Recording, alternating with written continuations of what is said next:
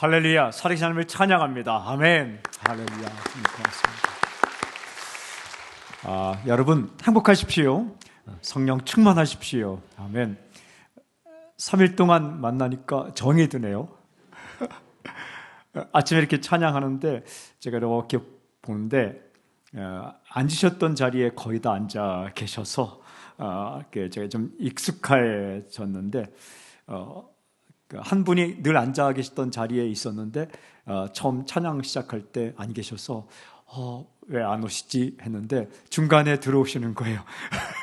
그래서 그만큼 이제 어느 분이 어디 앉아 있는지 알게 되었고, 한 가지 더 감사드릴 것은 어제 저희 교회에서 이제 성도님들과 또 교육자들이 몇 명 모여서 식사했는데, 제가 여의도 침례교회 이야기하면서 새벽인데 성도님들이 눈을 동그랗게 뜨고 설교에 정말 집중하시더라. 그래서 제가 어제 또 깨달은 것, 제 인생에서 가장 좋아하는 게 무엇인가, 이게 시간이 지날수록 분명해지는데, 요즘 더 분명해지고 어제 더 분명해지는데, 어제 수요 저녁 예배 드리고 또 예배 끝나고 성경 공부가 있었는데 밤늦게까지 성경 공부하면서 제가 아무리 생각해도 정말 좋아하는 한 가지는 예배 드리고 설교하고 성경 공부하는 거, 이게 제일 좋아서 또 기도했다고. 하나님 저에게 설교할 기회를 더 주시면 제가 두말하지 않고 군말하지 않고 할 테니까 계속해서 저에게 설교할 수 있는, 말씀을 나눌 수 있는, 말씀을 가르칠 수 있는 기회를 주십시오. 그래서 제가 성도님들에게 한 10년, 20년이 흘러서 여러분들이 만약에 가정에 무슨 일이 있어서 예배드릴 기회가 있다면 저를 초청해 주시면 제가 가서 설교를 하겠습니다. 제가 화요일 또 수요일 오늘 오면서 너는 무엇을 좋아하느냐 주님께서 저에게 물을 때에 제가 아무리 생각해 보아도 이렇게 새벽에 말씀 전할 기회를 주신 하나님께 감사하고, 또 제 혼자 이렇게 신이 나서 이렇게 말씀 전하는 걸 보니까 제가 좋아하는 것 이것입니다. 하나님, 제가 다른 건 몰라도 기회를 허락해 주시고 이렇게 기도했습니다.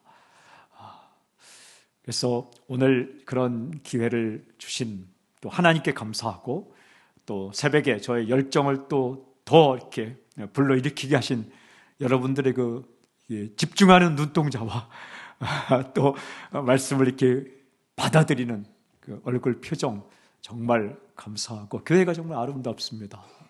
아주 참 좋고, 저에게 주신 선물 같은 3일인데 오늘 또 3일째 준비한 말씀을 선포할 때 하나님께서 우리에게 기도 제목을 주시고 그 제목을 붙들고 약속을 붙들고 기도하며 나아갈 때 하나님께서 준비한 선물과 은혜를 부어줄 줄 믿습니다.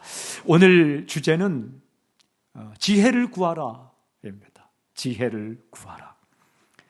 오늘 하나님께서 우리에게 이렇게 약속하세요.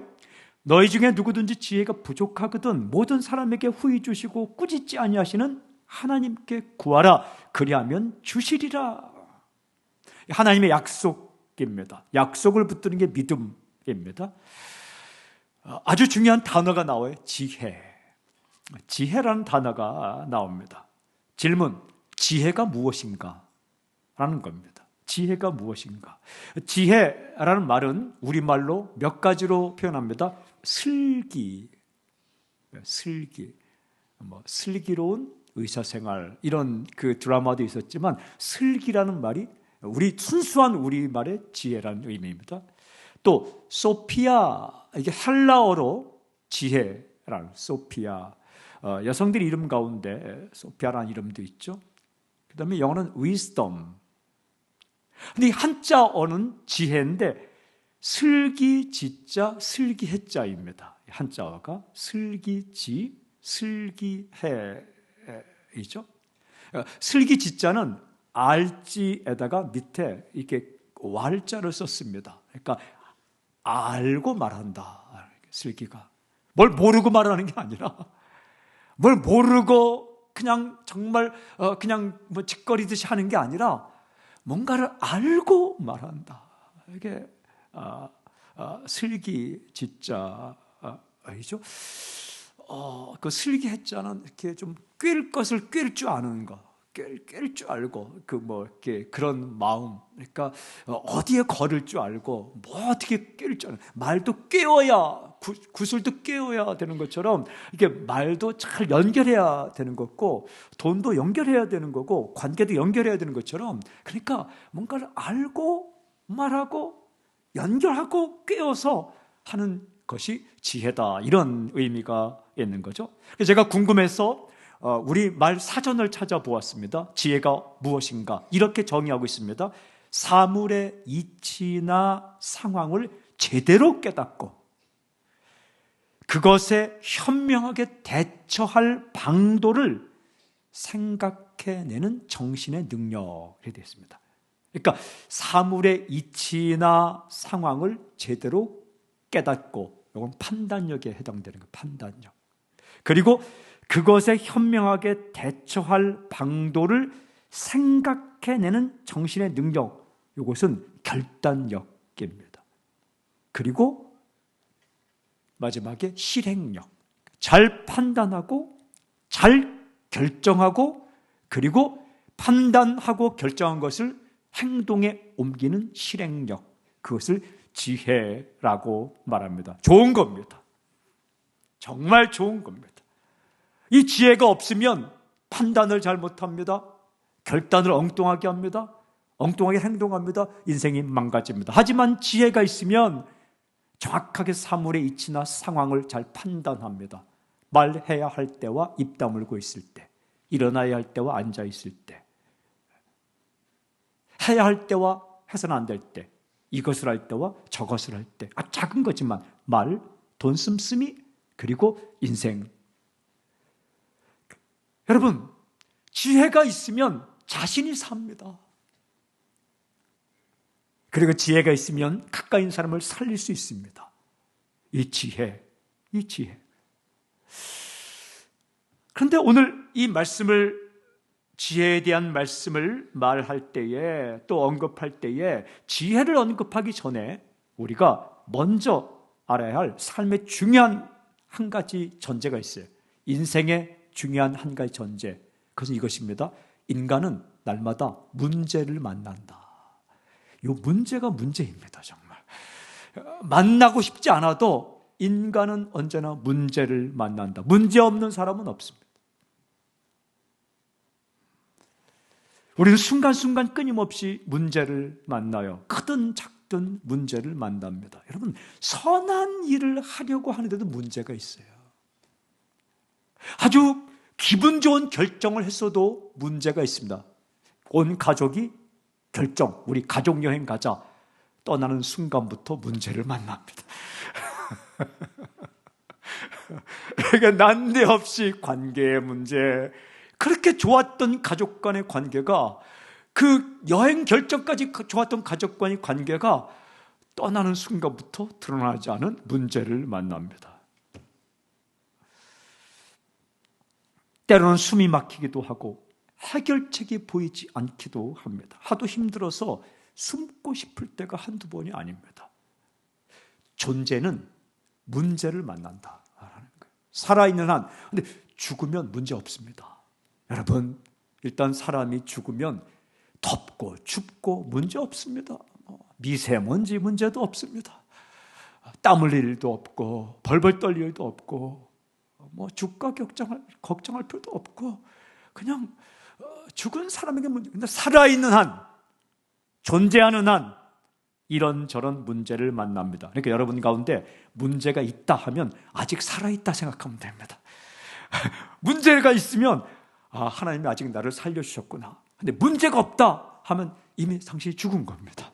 근데 문제가 없는데 앞에 예수님이 계시다 하면 천국에 와 있는 거고, 문제가 없다 한데 아무도 보이지 않는다, 내가 늘 보던 성도님도 보이지 않고 예수님도 보이지 않는다, 그러면 큰일 난 겁니다. 진짜 문제를 만난 겁니다. 이제 지옥 가 있는 거예요. 이게 진짜 문제죠. 근데 인간은 살아있는 한, 우리가 눈을 뜨고 이 세상에 살아가는 한 문제를 만나는 거죠. 이때 그 문제를 뚫고 나갈 방법을 아는 것, 이것이 지혜입니다. 어떡하지? 이거 어떡하지? 어떡하지? 할 때 이렇게 하면 되는데 그 문제를 뚫고 나갈 방법을 아는 것, 이게 지혜입니다. wisdom. 성경에서 명철이라 나오는 명철이 한이 없다, 명철하다, 하나님은 명철하시다. 이 명철은 understanding이라고 되어 있는데 이것은 뭐냐 하면 때를 아는 것과 관계가 있습니다. 때를 아는 것. 지혜는 또 방법을. 근데 지혜라는 말이 더 폭넓은데 지혜는 때와 방법을 아는 것. 때, 타이밍. 여러분, 인생은 타이밍입니다. 운동을 배우면 운동도 타이밍입니다. 돈 쓰는 것도 타이밍입니다. 때입니다. 말도 타이밍입니다. 뒷북 치는 것처럼 말하면 참 밥 사는 것도 타이밍입니다. 밥 잔뜩 먹고 온 사람에게 밥 살게, 이건 고문입니다. 배고플 때, 추울 때 옷 한 벌, 배고플 때 밥 한 그릇, 마음 외로울 때 따뜻한 말 한마디, 아플 때 찾아보는 것, 그게 참 방법, 똑같은 것도 어떤 방법을 통해 하는가에 따라서 인생이 달라집니다. 그런데 어떤 방법, 어떤 때가 중요한가? 제가 어느 날 지혜가 무엇입니까, 하나님? 지혜를 좀 국어 한국 사전처럼 사물의 이치나 상황을 제대로 깨닫고 그것에 현명하게 대처할 방도를 생각해내는 정신의 능력, 이런 쩍쩍쩍 말고 어려운 말 말고 지혜에 대해서 크리스찬인 제가, 하나님 앞에선 제가 알아듣기 쉽게 좀 말씀해 주십시오 기도할 때 이 말이 딱 생각났어요. 지혜란 하나님께서 좋아하시는 것을 나도 좋아하고 하나님께서 싫어하시는 것을 나도 싫어하는 것. 딱 이렇게 됐어요. 이게 인생의 지혜가 하나님께서 좋아하시는 것을 나도 좋아하고 하나님께서 싫어하시는 것을 나도 싫어하는 것. 말도 하나님께서 좋아하시는 것을 내가 좋아하는 마음으로 하면 그 말이 사람을 살리더라고요. 하나님께서 돈을 쓰고 싶을 때 내가 그를 위해 돈을 쓰면 그게 지혜더라고요. 하나님께서 그 원하시는 것, 또 원하지 않는 것, 이 말은 해서는 안 되는데 하면 하지 않는 것, 그 지혜더라고요. 내가 할 말은 아니지만 얘기하면 그게 사고 나는 거더라고요. 이게 내가 나설 때는 아니지만 하고 나서면 진짜 사고 나는 거더라고요. 근데 하나님께서 좋아하는 걸 나도 좋아하고 하나님께서 싫어하시는 걸 나도 싫어하는 것, 그게 지혜입니다. 전도서와 잠언에 보면 지혜에 대해 이렇게 말합니다. 먼저 전도서 7장 12절, 지혜의 그늘 아래에 있음은 돈의 그늘 아래에 있음과 같으나 지혜에 관한 지식이 더 유익함은 지혜가 그 지혜에 있는 자를 살리기 때문이니라. 이렇게 지혜의 그늘 아래에 있는 것, 그러니까 지혜가 이렇게 많아서 지혜의 그늘 아래에 있는 것은 돈의 그늘 아래에 있는 것과 같다, 일단. 여러분, 돈을 가지고 있는 정도가 아니라 아예 돈의 지붕 아래에 있는 거예요. 그런 것도 좀 체험해 볼지어다. 어쨌든 이렇게 돈의 그늘 아래에 있는 거예요. 돈의 그늘 아래. 근데 지혜의 그늘 아래에 있는 것은 돈의 그늘 아래에 있는 것과 같다. 그러나 그 다음 중요합니다. 지혜에 관한 지식이 더 유익하면 지혜의 그늘이 훨씬 더 좋다. 왜냐하면 지혜가 그 지혜 있는 자를 살리기 때문이니라. 지혜가 있으면 그 지혜가 그 사람을 살리기 때문이다 라고 전도서 7장 12절에 나옵니다. 누가 고백한 거는 솔로몬, 정말 돈의 그늘 아래 있어 본 사람. 돈의 그늘 아래 있어 본 사람. 근데 그가 돈 때문에 문제를 만나고 고민하고, 솔로몬은 여성의 그늘 아래 있던 사람입니다. 아내가 1000명, 부러워하지 마십시오. 그 골치 아픈 겁니다. 그렇게 있던 사람이 이게 사람의 문제를 만나고 왕이라는 왕권의 그늘 아래 있던 사람이 솔로몬입니다. 권력이라는 게 또 얼마나 골치 아픈 건지 모릅니다. 그랬던 사람이 그런 모든 것들의 그늘, 혜택보다도 중요한 게 지혜의 그늘이다. 왜? 지혜가 그 사람을 살리기 때문이다. 또 잠언 3장 18절에 보면 이런 말씀이 있습니다. 지혜는 그 얻은 자에게 생명나무라. 지혜를 가진 자는 복되도다. 지혜가 그 가진 자에게 생명나무다. 생명나무는 에덴 동산에 있었던 겁니다. 따먹으면 사는 것. 지혜가 마치 생명나무와 같다. 아담과 하와는 지혜가 없었어요. 하나님 말씀을 들어야 되는데 사탄의 말을 들었다고요. 먹어서는 안 되는 것과 먹을 것을 혼동했어요. 손대지 않을 것, 먹어서는 안 되는 것, 그것은 하나님이 싫어하는 것은 건드리지 말아야 돼요. 그런데 그걸 건드렸어요. 선악과를 건드렸어요. 그게 지혜가 없는 거예요. 이 지혜는 우리를 살리는 생명나무 같다. 맛있는 사과보다, 맛있는 배보다 훨씬 더 달고 맛있고 우리를 살리고 비타민 A, B, C, D 풍성한 그런 생명나무와 같다. 지혜를 가진 자는 복되도다. 누가 복 있는 사람인가? 지혜를 가진 자가 복 있는 사람이다. 그런데 오늘 읽은 야고보서 1장 5절을 읽어오면 이 지혜와 관계돼서 첫 번째 전제는 인간은 문제를 만난다. 지혜가 필요한데 문제가 뭐냐? 이 지혜가 이렇게 좋은데 지혜는 사람을 살리고 지혜는 생명나무 같고 지혜의 그늘 아래 있는 것이 이렇게 좋은데 우리의 문제가 뭐냐? 두 번째 대전제가 이것입니다. 나는 지혜가 부족하다. 나는 지혜가 부족하다. 오늘 말씀 보면 이렇게 돼 있어요. 너희 중에 누구든지 지혜가 부족하거든. 너희 중에 누구든지 지혜가 부족하거든. 이 말씀은 어떤 의미일까요? 1번, 지혜가 부족할 때 지혜가 부족한 사람도 있고 지혜가 부족하지 않은 사람도 있는데 너희 중에 누구든지 지혜가 부족한 사람이 있다면 이런 의미일까? 1번. 두 번째 2번은 객관식입니다. 2번은 뭐냐면 너희 중에는 누구든지 모두가 다 지혜가 부족하니까. 우리말 성경에는 너희 중에 누구든지 지혜가 부족하거든.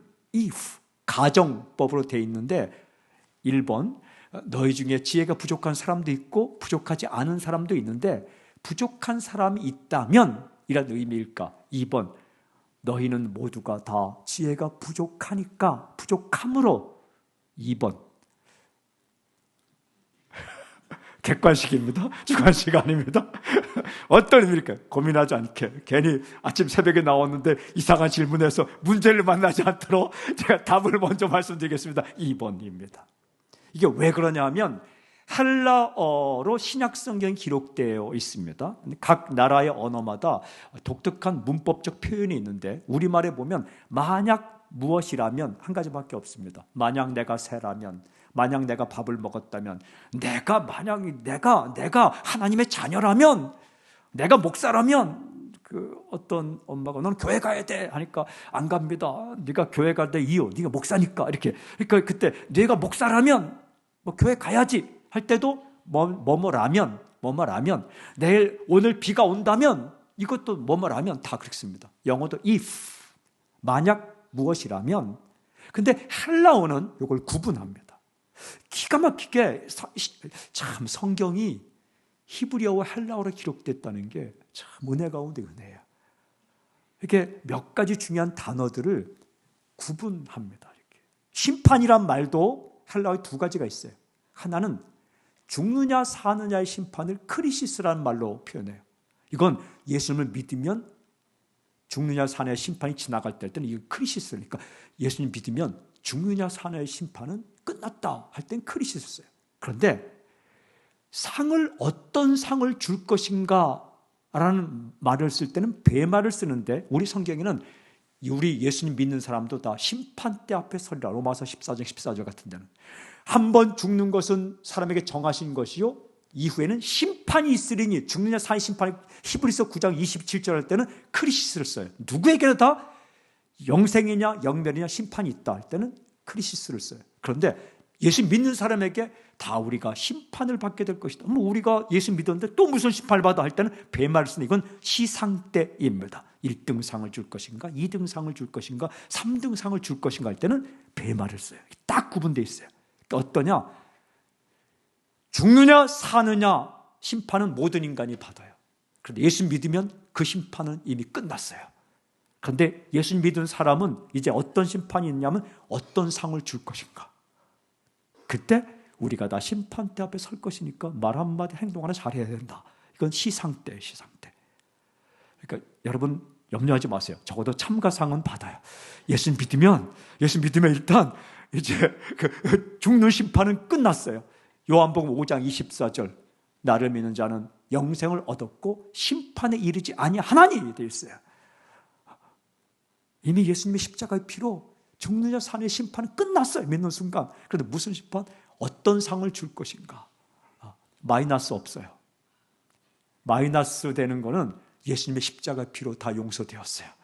그냥 우리에게는 플러스만 있는 거예요. 아이고 새벽기도 나왔구나. 네가 상 주마.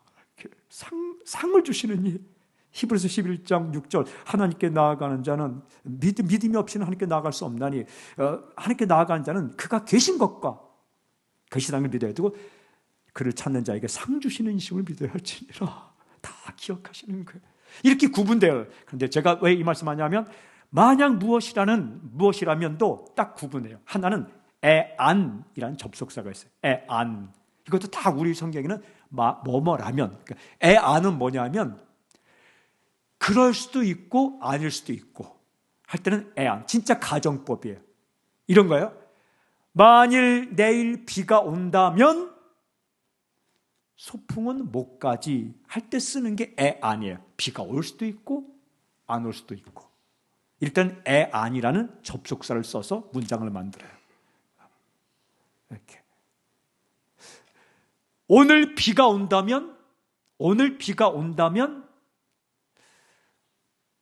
우리가 야외 활동을 못한다 할 때 비가 올 수도 있고 안 올 수도 있고 할 때는 만약 뭐라면 이게 진짜 가정법을 애안을 써요. 그런데 이럴 때가 있어요.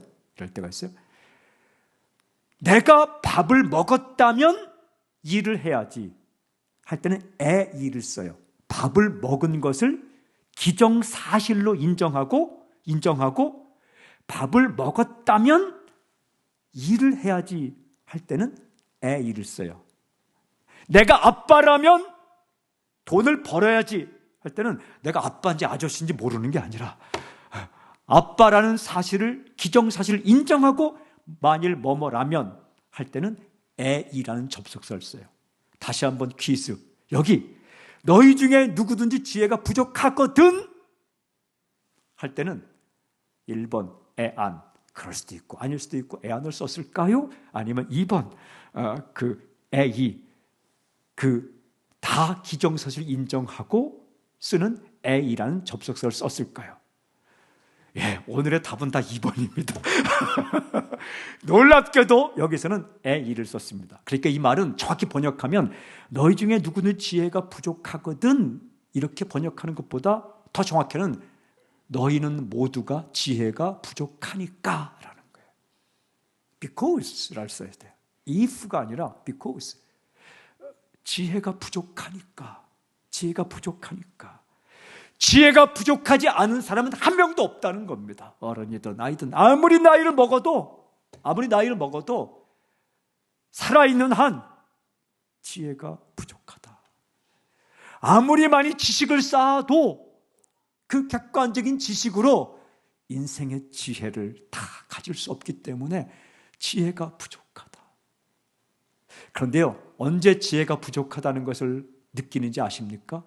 사랑할 때 지혜가 부족하다는 걸 느껴요. 제가요, 설교하다가 이렇게 믿는 사람들에게 설교하다가 안 믿는 사람들이 모여있는 대학교 교목처장으로 3년을 있었는데요. 그 채플에 가 설교할 때는 정말 지혜가 필요하다는 걸 더 느껴요. 왜? 그들을 영혼을 사랑하는데 예수 십자가의 복음과 하나님의 지혜를, 하나님의 말씀을 전해주고 싶은데 어떻게 하면 이들에게, 믿지 않는 사람들에게 이 복음을 잘 전해줄 수 있지? 사랑하는 마음, 그런 열정이 생겼을 때 내가 말에 지혜가 부족하구나, 그걸 느끼더라고요. 참 신기하게 넉넉히 살 때 지혜 부족을 느끼는 게 아니라 사랑할 때, 여러분 누군가를 사랑하게 되면 어떤 선물을 줄까, 어떻게 말할까, 어떤 옷을 입지 고민이 생기죠. 사랑하기 때문에. 패션의 지혜가 부족하다는 걸 언제 느낍니까? 사랑하는 사람이 생겼을 때. 메이크업의 지혜가 부족하다는 걸 언제 느낍니까? 사랑하는 사람이 생겼을 때. 그죠? 이렇게 어떻게 말할까? 어떻게 고백할까? 그 고민하는 건 사랑했을 때. 옛날 대중가 중 말을 해도 좋을까? 점점 시간은 흘러가는데 그거 고민, 사랑할 때. 인생은 언제 지혜의 부족을 더 느끼는가? 열심히 살아보고자 할 때. 무엇을 선택하지? 어떻게 하지? 똑같은 걸 어떻게 말하지? 이렇게, 그게 지혜가. 전도하려고 하면 what to say, 무엇을 말하지? how to say, 어떻게 말하지? 이게 정말 이게 고민이 되는 거예요. 다 지혜가. 누구든 지혜가 부족하다. 이걸 인정해야 돼. 인간은 문제를 만난다. 존재. 그리고 누구나 지혜가 부족하다. 이 말씀을 하나님께서 하시면서 약속을 하나 주세요. 지혜를 구하라. 그러면 주시리라. 오늘 말씀은 모든 사람에게 후히 주시고 꾸짖지 아니하시는 하나님께 구하라. 그리하면 주시리라. 이게 하나님의 약속입니다. 모든 사람, 누구에게나 구하는 자에게 지혜를 후하게 주시고 꾸짖지 않는 하나님께 구하라. 그러면 주시래. 여러분, 우리가 지혜가 부족할 때 하나님께 지혜를 구하면 하나님은 꾸짖지 않는다. 혼내키지 않는다. 사람은 똑같은 거 2번 물으면 짜증내요. 예전에 얘기했잖아. 네 나이가 몇 살인데 아직도 그것도 몰라. 너 이전에도 이 문제 가지고 나에게 왔잖아. 그만큼 살았으면 이 정도는 알아야지. 네가 배운 시간이 얼마인데 아니 이것도 몰라. 이게 인간. 그런데 하나님은 처음 듣는 것처럼. 그래? 그런 문제가 있어? 이전에 수없이 왔는데 똑같은 말로 하더라도 하나님은 처음 듣는 것처럼. 이게 사랑입니다. 여러분, 누가 말하면 처음 듣는 것처럼 들어주세요. 그게 사랑이에요. 하나님은 꾸짖지 않는다는 거예요. 핀잔 주지 않는다는 거예요. 너 목사인데 그것도 몰라. 하나님, 제가 성도가 이렇게 문제 있는데 어떻게 대해야 되죠? 네가 신학교도 나오고 지금 목회 경력 30년인데 아직도 그것도 모르냐 이 멍청아. 이렇게 하지 않는 거예요. 야, 부처의 제자들은 하나를 알려주면 10가지를 안다더라. 그죠? 안면이라는 제자인가 누가 한 가지를 아는데 10가지를 안는다. 너희들은 10번을 얘기해도 그것도 모르냐?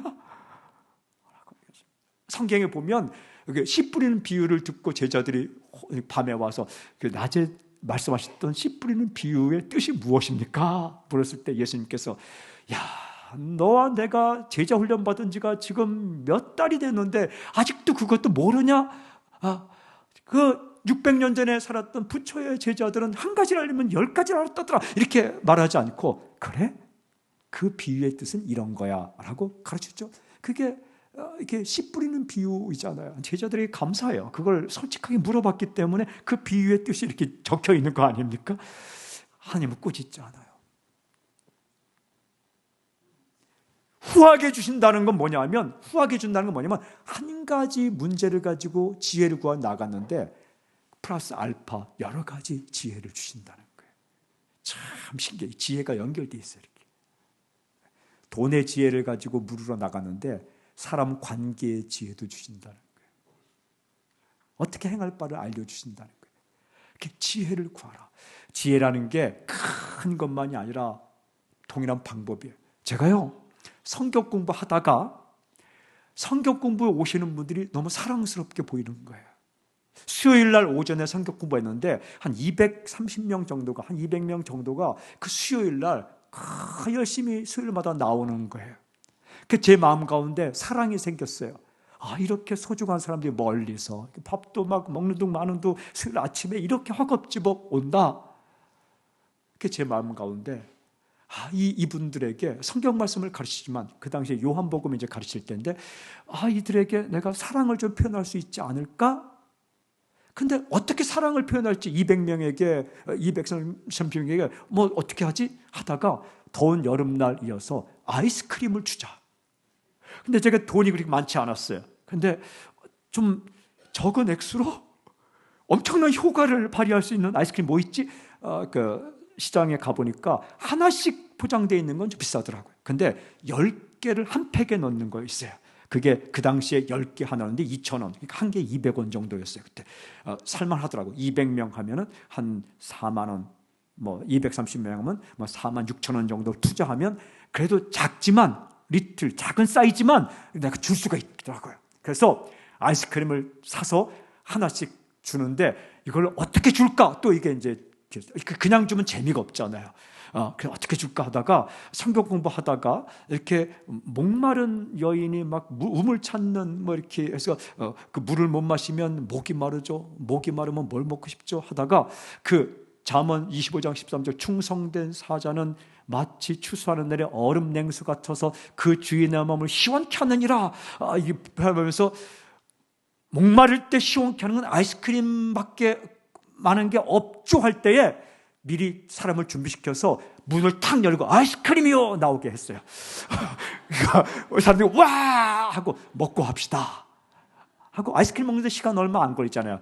뭐 한 2분 먹잖아요. 그것도 작은 사이즈니까 조그만 막대 상자에 그걸 다 나눠주니까 사람들 얼굴이 막 해피해졌어요. 분위기가 확 좋아졌어요. 그리고 성경 공부를 즐겁게 했어요. 그런데 한 명이 울면서 찾아왔어요. 목사님 고마워요. 뭐가 고마워요? 제가 아이스크림을 울면서 먹었어요. 아니 무슨 아이스크림을 울면서 먹습니까? 그 말은 묻지 않았어요. 그냥 기다렸죠. 기다리는 것도 지혜예요. 제가 아이스크림을 울면서 먹었어요. 근데 울면서 뭘 먹습니까? 이렇게 하지 않거든요. 예, 하면 본인 스스로 제가 아이를 가졌어요. 입덧이 너무 심해서 며칠간 음식을 못 먹었어요. 근데 성경 공부 날이 수요일이 되었는데 정말 성경 공부는 가고 싶은 거예요. 그 인상 좋은 목사님 만나러 그 말은 안 했어요. 어쨌든 성경 공부를 가고 싶은 거예요. 그런데 먹은 것은 없고 그래도 성경 공부는 가고 싶어서 나왔는데 왜 난데없이 목사님이 아이스크림을 줘서 오늘 그걸 다 먹었어요. 제가 며칠 동안 먹어본 유일한 음식이에요. 울면서 나왔더라고요. 저는 그때 깨달은 게 있어요. 정말 정확하게 판단하고 사랑으로 결정한 작은 아이스크림이 사람을 울릴 수도 있구나.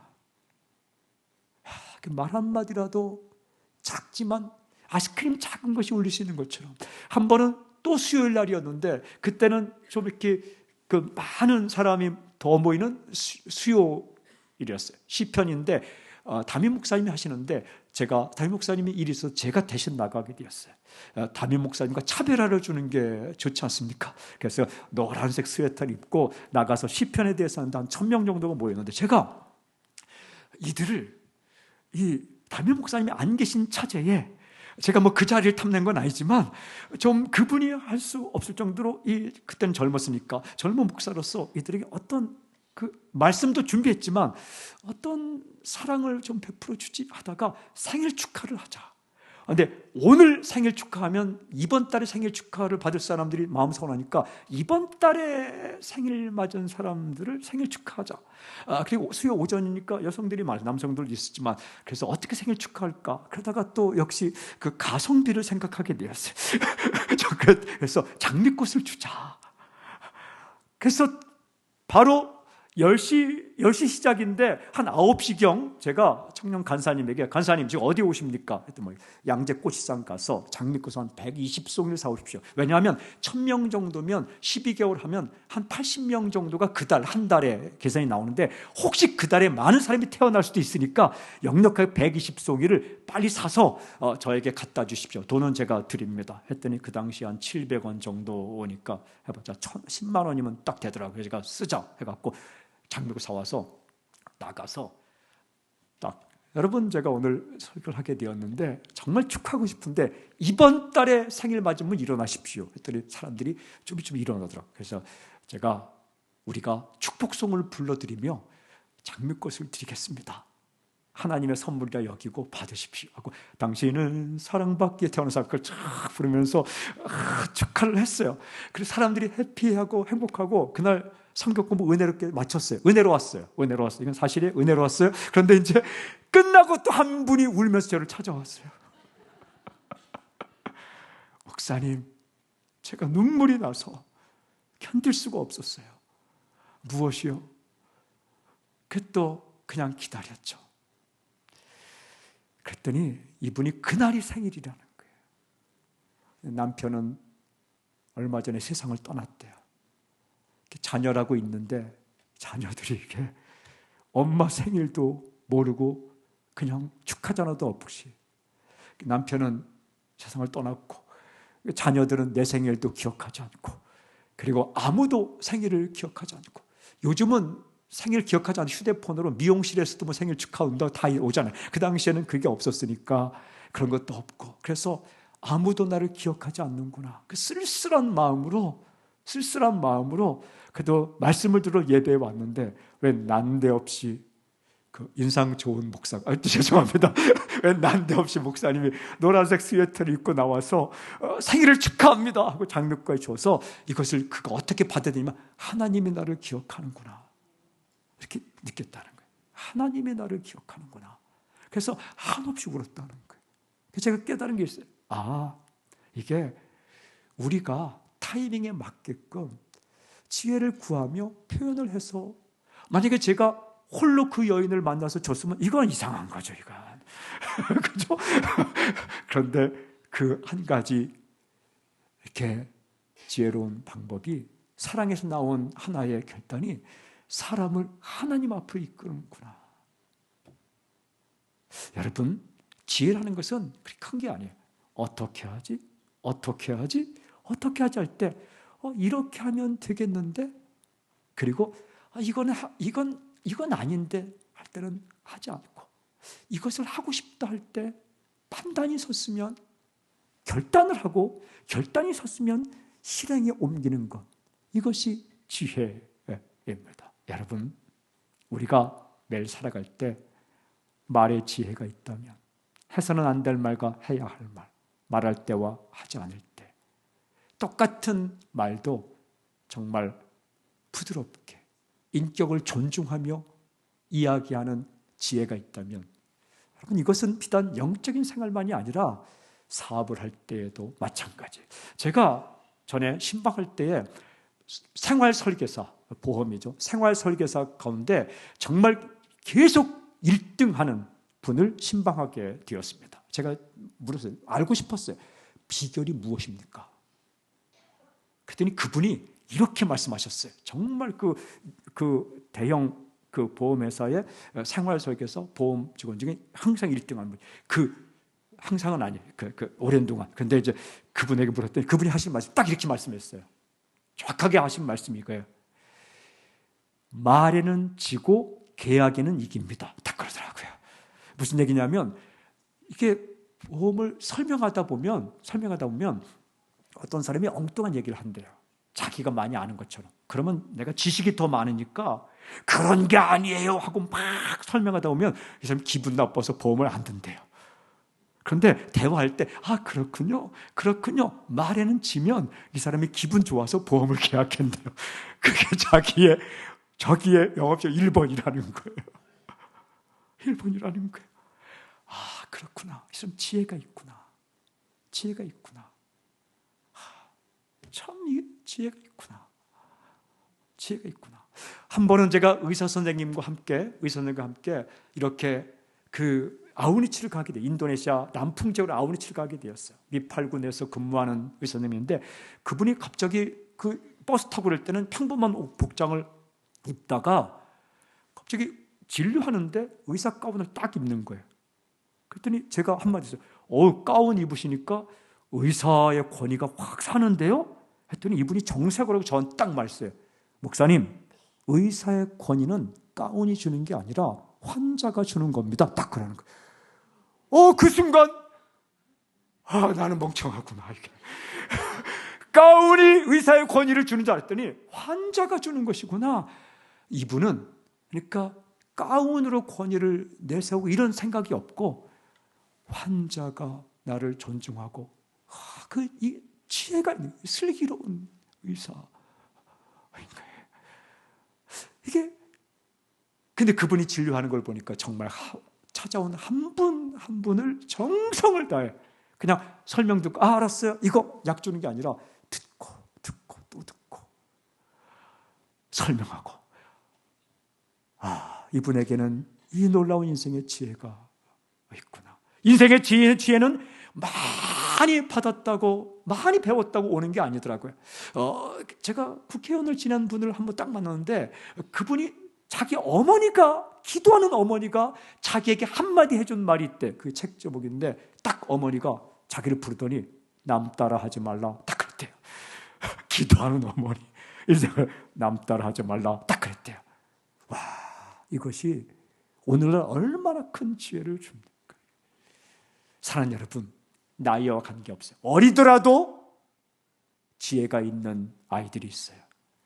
정말 어르신이라도 기도 많이 한 권사님 가운데 지혜가 있는 분이 있어요. 질문, 지혜는 누가 주시는가? 오늘 하나님께 구하라. 하나님께 주신다. 하나님이 어떤 분이에요? 세상을 만드신 분이에요. 세상을 만드신 분이 어떻게 할까요? 세상을 알고 계세요. 우리는 잘 몰라요. 하나님은 세상을 알고 계세요. 사람도 알고 있어요. 사람의 마음을 어떻게 위로할지 하나님은 알고 계세요. 그래서 우리가 말의 지혜를 구하고 결단의 지혜를 구하고 돈 씀씀이의 지혜를 구하고 날마다 기도할 때 하나님께서 꾸짖지 않고 후하게 주신다. 우리 자녀들 가운데 자연과학을 연구하는 자녀가 있다면 정말 그에게 지혜가 있기를 원해야 돼. 모겐 게니치로라는 일본 사람이 쓴 뇌과학자가 쓴 책이 있는데 그 책을 읽어보면 굉장히 중요한 말이에요. 아하 법칙. 뭐냐면 생각하다가 문제가 발생돼서 솔루션, 방법을 모를 때 아하! 이게 영감, 인스피레이션, 이게 중요하다는 거예요. 자연과학을 연구할 때 그냥 무조건 열심히 하는 게 중요한 게 어느 날 순간 아하! 이런 거야? 라고 하나에 텅 하면서 때우는 그 아하 체험, 그 인사이트, 통찰이 갑자기 생겨. 근데 그걸 가지고 연구하면 이게 그 하나님이 그 주시는 거예요. 그럼 그 크리스찬 유명한 사람 아니지만 에디슨이라는 사람이 있어요. 그가 84세에 한 말, 천재는 1%의 영감과 99%의 노력으로 이루어진다. 우리는 그걸 인용해서 이렇게 말합니다. 1% 영감, 그러니까 천재성보다 99% 노력이 중요한 거야 라고 계속 강조하지만 그가 한 말은 기자가 당신은 어떻게 평생에 그렇게 많은 발명을 했습니까? 물어봤을 때 1%의 영감과 99%의 노력이라는 것은 무슨 의미냐 하면 나는 노력을 했다는 거예요. 수천 번, 2,000번, 3,000번 전구 실험을 했는데 그 노력보다 중요한 게 1%의 영감이에요. 최초의 영감. 1% 인스피레이션 뭐냐면 전기 에너지를 빛의 에너지로 바꿀 수 있지 않을까? 전기 에너지가 빛의 에너지로 바꾼 게 전구잖아요. 그럴 수 있지 않을까라는 1%밖에 안 되는 그 인스피레이션, 영감. 이게 있어야 90% 노력도 효과를 발휘한다. 그런데 이 세상에 대해 알고 계신, 사람에 대해 알고 계신, 모든 걸 알고 계신, 문제 해결책을 알고 계신 하나님께서 우리가 기도할 때에 그 1%의 중요한 꼭 있어야 하는 영감, 통찰력, 아하 체험, 이렇게 하면 되겠네라는 그 지혜를 하나님께 주신다는 거예요. 어떻게 사람을 만나지 할 때 이렇게 할까? 선한 생각.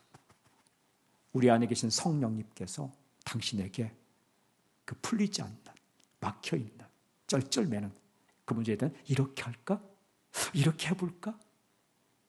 이렇게 그 좋은 생각, 그 생각을 당신에게 주신다. 그때부터 열심히 노력하는 것이 빛을 발하는 거예요. 그것도 없는데 무작정 노력하면 정말 헛쓰고 있는 거예요. 헛쓰고요. 그리고 또 수고를 몰라준다고 투덜거리는 거예요. 내가 선물 줬는데 왜 싫어하는 거야? 이상한 선물 주고 나서 내가 이렇게 너를 위해 했는데 말도 안 되는 거 해놓고 자기 멋대로 해놓고 내가 이렇게 밥상을 많이 차려놨는데 싫어하는 음식만 알러지 있는 것만 잔뜩 차려놓고 하지만 그 1%의 영감 하나님으로부터 오는 그 인사이트 통찰력이 있을 때 그 나머지 90%가 빛을 발하는 거예요. 오늘 지혜를 구할 때 특별히 당신의 자녀가 있다면 자녀들에게 하나님의 지혜가 임하기를 구할 때 그리고 인생의 문제를 만나서 쩔쩔했을 때 첫 번째 그냥 나는 살아있구나 문제가 있으면 그렇게 문제는 길이 있다. 그 길은 하나님께 있다. 지혜를 꾸며 나갈 때 하나님께서 지혜를 주시고 그 지혜를 가지고 문제를 해결했을 때 그게 간증이 되고 사건이 되는 거예요. 여러분 작은 문제를 만났습니까? 그 문제 풀어오면 작은 일을 하는 거예요. 하지만 큰 문제를 만났습니까? 그거 풀면 큰 일을 하는 거예요. 오늘 지혜를 구하고 큰 일을 하시는 여러분이 되시길 저를 선포합니다. 후회 주시고 끊지 않는 하나님을 찬양합니다. 할렐루야. 아멘. 후회 주시고 끊지 않는 하나님, 모든 걸 알고 계신 하나님, 창조자 하나님, 우리에게 지혜를 주신 하나님을 다시 한번 찬양합니다.